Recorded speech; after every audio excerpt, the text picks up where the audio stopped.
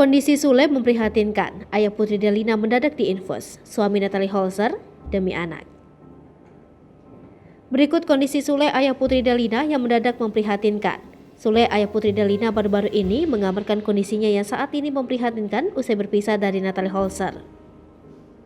Seperti diketahui, saat ini rumah tangga Sule dan Natalie Holzer memang sedang di ujung tanduk. Konflik antara keduanya tak bisa dihindari. Natalie Holzer yang sudah tak tinggal bersama dengan Sule diam-diam menggugat ayah Putri Delina. Digugat cerai oleh Natalie Holzer, ternyata kondisi Sule saat ini memprihatinkan.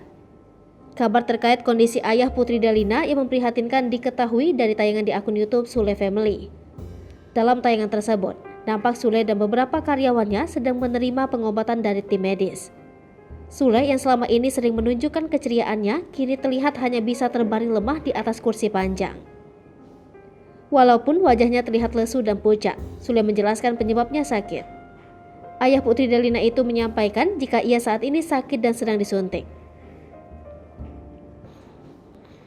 Sule pun menjelaskan pemicu kondisinya yang memburuk saat ini. Ternyata Sule sakit karena terlalu banyak bekerja sehingga tidak memikirkan kesehatannya. Kerja keras yang dilakukan Sule ternyata untuk masa depan anak-anaknya. Diberitakan sebelumnya, Natalie Holzer mengaku trauma menikah lantaran rumah tangganya dengan Sule saat ini sudah berada di ujung tanduk.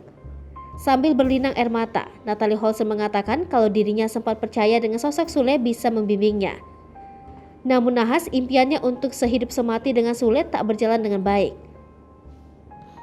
Lipopo TV, jangan lupa komen, like, dan subscribe, serta tonton terus berita-berita terupdate lainnya ya.